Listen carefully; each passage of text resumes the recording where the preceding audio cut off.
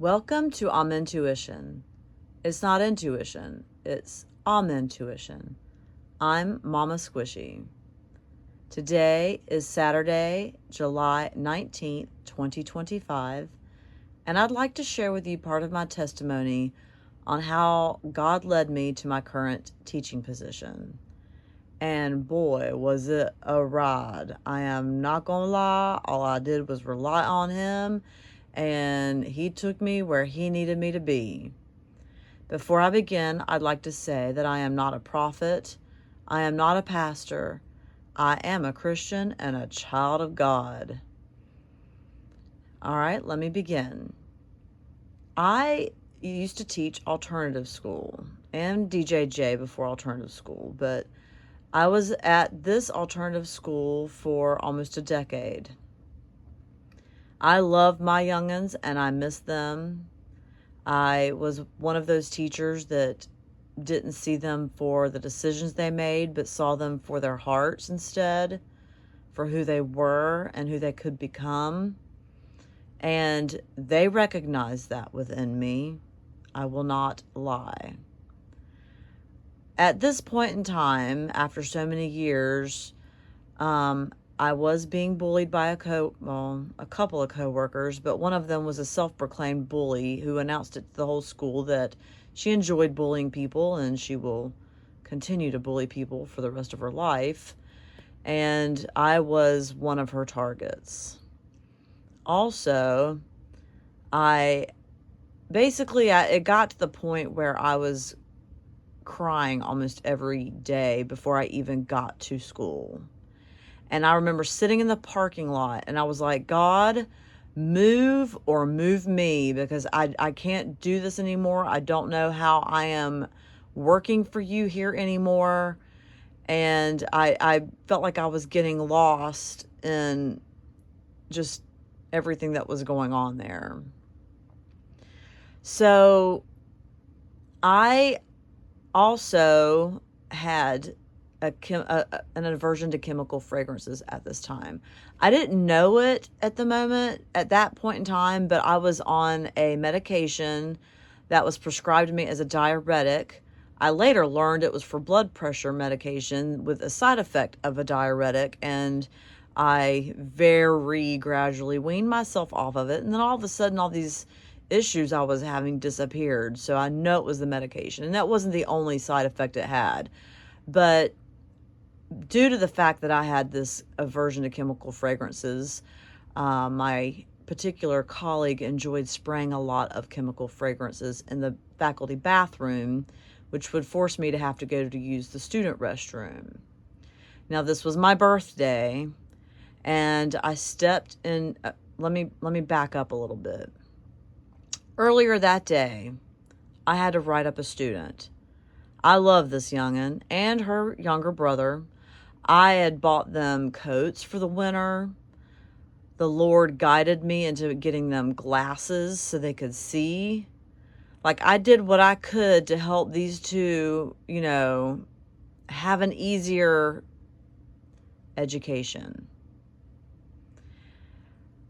On this particular day, I had to write up the female student.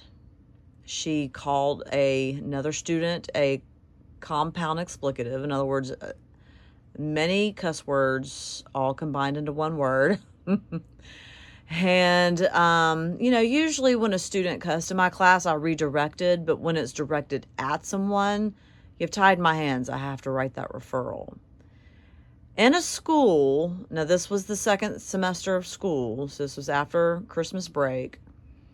In a school with, I'm not going to say the exact amount of teachers, let's just say 20 teachers, there were 1,100 referrals up into this point of the year.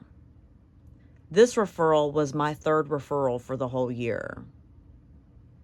So I didn't, and I still don't write students up for just every little thing they do wrong. I try to teach them a better way of handling it instead. So I went to the restroom after school, and it was filled with chemical fragrance, so I had to step into the student restroom, and there she was. She turned around, she was looking in the mirror, she turned around, she looked at me, and she said, "You wrote me up." I said, you really didn't give me a choice. It's like, I don't write students up all the time. She bucked up to hit me. She got in my face and bucked up to hit me.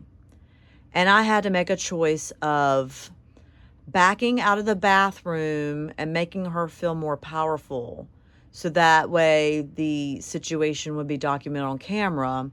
Or I could dip into a bathroom, lock the door, and if she pursued me, I could call on my radio, because we had to carry radios, two-way radios. So I stepped into the restroom, and she made the right decision and left. When I knew she was gone, I went to find the principal, the administration, and informed them about what happened. They happened to be in the guidance counselor's office. It was her, the assistant principal, and the guidance counselor. And I explained, basically this youngin' had bucked up to hit me, and, I had to, make a decision on the best way to handle it, and that I did not feel comfortable around her. So I left it at that. I went home.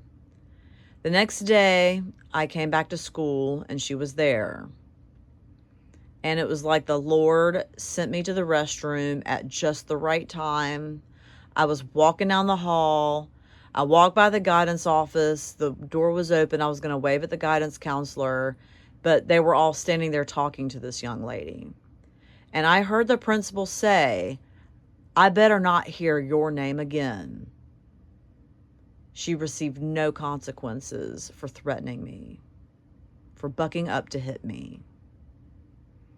At that point, I said, okay, God, I'm going to let you lead me where I go. So every single day, I packed a box and I filled out an application. I packed a box and I filled out an application. Every single day, I packed one box and I filled out an application. I was renting. I could move wherever I wanted to, and I just let God lead the way. So about 2.5 weeks later, I had a professional development in a small town 3 hours away. I had to get up around 3:30 or 4 in the morning to leave on time to get there on time. I got there just on time. There was one seat available. I sat down next to this very nice young lady, and she was telling me all about her school and how amazing it was, and that how she had taught alternative school also, and that the school that she worked at, like, her worst day at this new school was still better than her best day at her old school. And I was like, wow, that sounds like an amazing place to work. So we had the professional development, and I went to lunch on my own because I didn't know anybody. And I don't mind eating by myself. I've always got God with me anyway. I actually rarely, if ever, feel alone. And I got a call for an interview.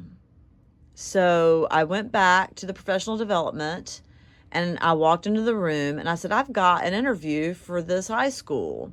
And the girl I sat next to, and the only seat that had been available, said, you're going to be our new English teacher? And I was like, oh my gosh, that's where you work? She was like, yes. And I was super excited.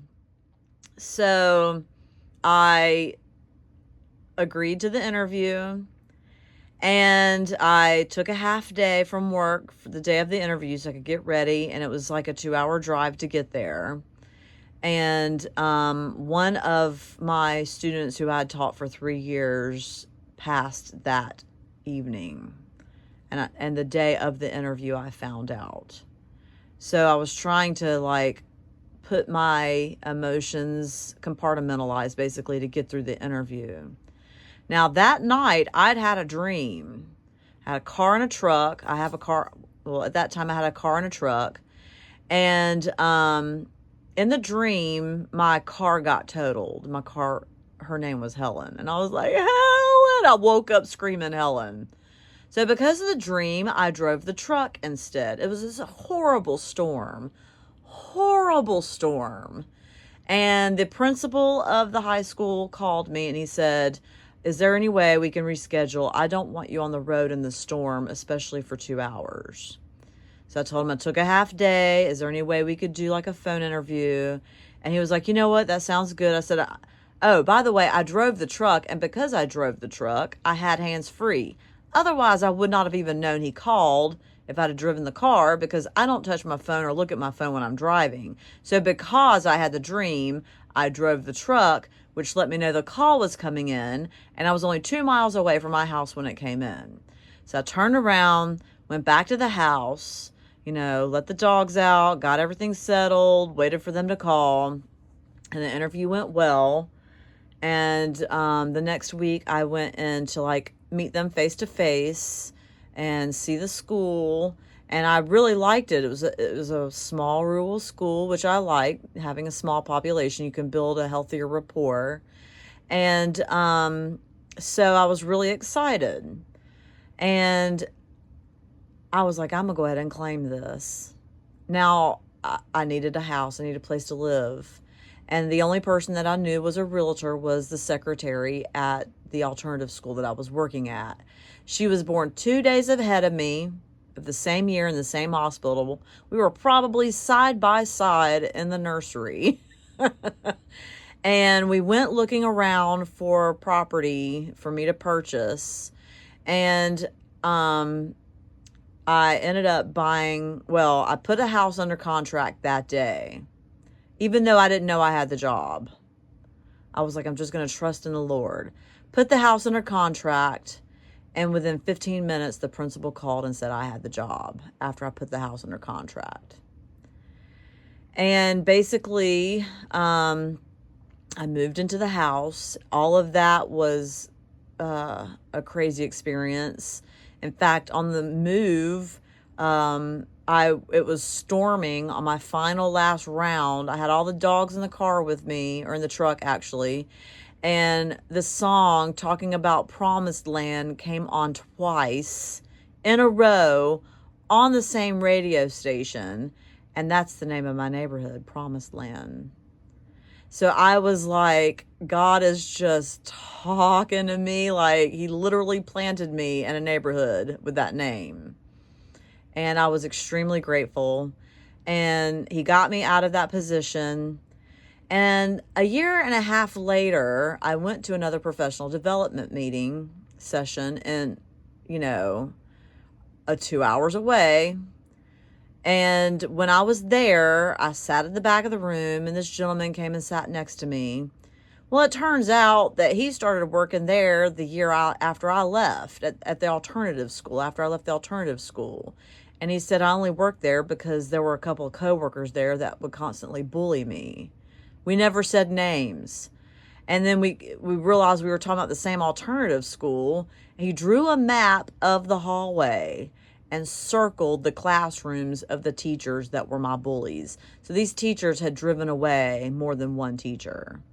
So it was just God giving me that affirmation that he was with me through the whole ordeal.